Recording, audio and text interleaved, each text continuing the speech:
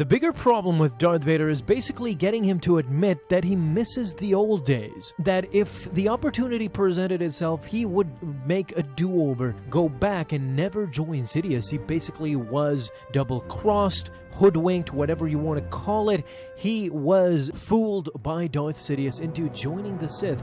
Ultimately, in the end, once he found Luke and once he realized that his family was the thing that was most important, he definitely regretted joining Darth Sidious, forming this false alliance between a master that doesn't care about him. And this is specifically shown in the Darth Vader comic series 2015, where he talks to one of his companions about the glory days of the Clone Wars, where him as Anakin Skywalker had armies that joined him every time he went into battle together with Captain Rex. Those days were now long gone, and you can clearly see by the comic panel that you're about to witness in the coming minutes that he definitely regretted what ended up happening. No longer were those days. Back in the day, he had everything at his beck and call. Back when he was a Jedi General as Anakin Skywalker, he had armies of clones at his disposal. More so, these clones had actually befriended Anakin, and they were quite literally like brothers in arms. This quickly dissipated once he became Darth Vader and the Galactic Republic reformed into the Empire. He relied much on the 501st when he first started off, but within a decade he was left all by his lonesome. All he could do now was borrow some stormtroopers for an action or a mission, and this was usually a scheme or an idea composed by an imperial governor like Tarkin or a general like Tage. Vader quite literally felt like he was on a leash, with no army to back him up like in the good old days during the Clone Wars. And this is how slowly he started reminiscing, reminding himself of how good he had it. Not as Anakin Skywalker, but how good he had it as a general of an army, all to himself, with no repercussions and no one to answer to. This all began when Vader reluctantly started his secret quest to create his own mini army and by hook or crook take over the entire empire for himself. To start, he located one of the most highly skilled archaeologists and engineers, Dr. Aphra. As it so happens, she was in a world of trouble at that moment and Vader had to bail her out. What Aphra did was steal the 000 protocol personality matrix, or 000 for short, and as she was getting apprehended, Vader came in and slaughtered everyone. He had most need of Aphra and her droid and weapons expertise. In saying that, Vader went through a lot to find her, torturing, killing, and whatever needed to be done. Aphra didn't even want to know how Vader ended up finding her.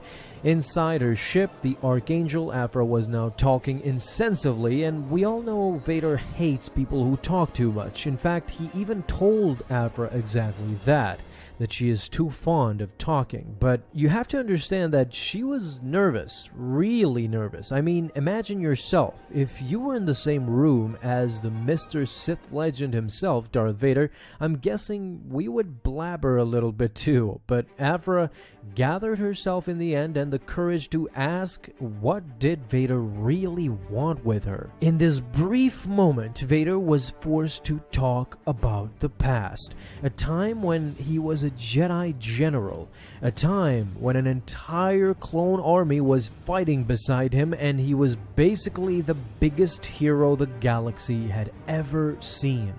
Then he chose a different life, a life of significance, or so he thought. He talked about it. He talked briefly about the Clone Wars. There was a time when Vader had armies at his beck and call. Unfortunately for him, that time, the Clone Wars, had long passed.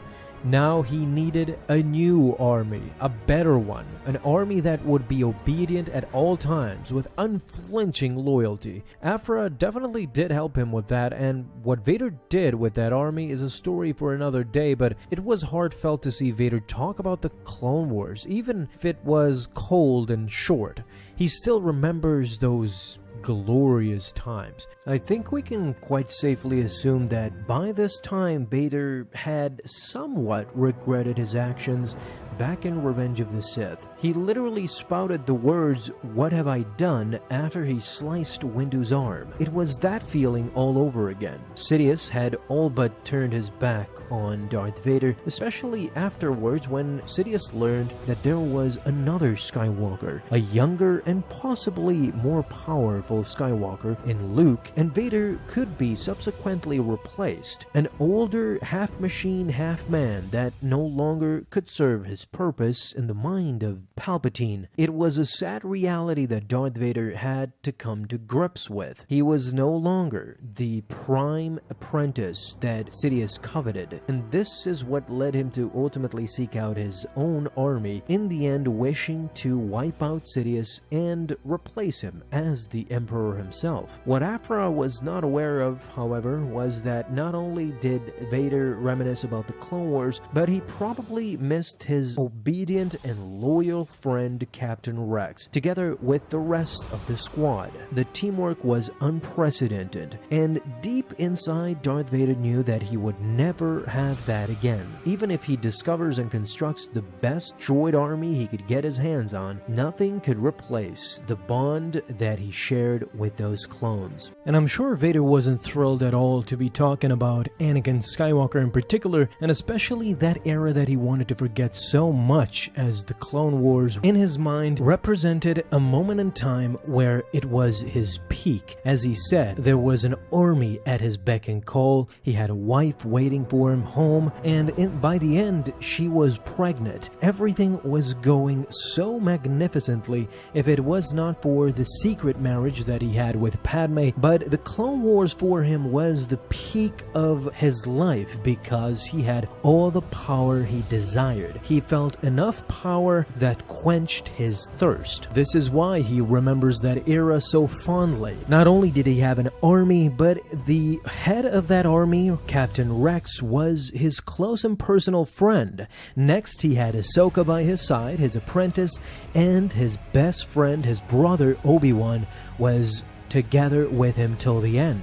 That era could not replace anything he had experienced so far in the loneliness of the Empire. I feel deep inside, as much as he wanted to pretend that the Empire and the Sith were better, simply put, it was not. It was a complete disappointment both for Palpatine and Vader. At least that's my thinking of it. Palpatine was disappointed in Vader, and Vader was disappointed because the promises to him were not met. But of course, what do you guys think as well? Talk to me down below in the comments. Thank you guys so much for watching this video, and if you enjoyed, leave a thumbs up down below, subscribe for dailies. Now you can have an awesome day, Star Wars fans. I'll see you in the next video, and may the Force be with you. Until then.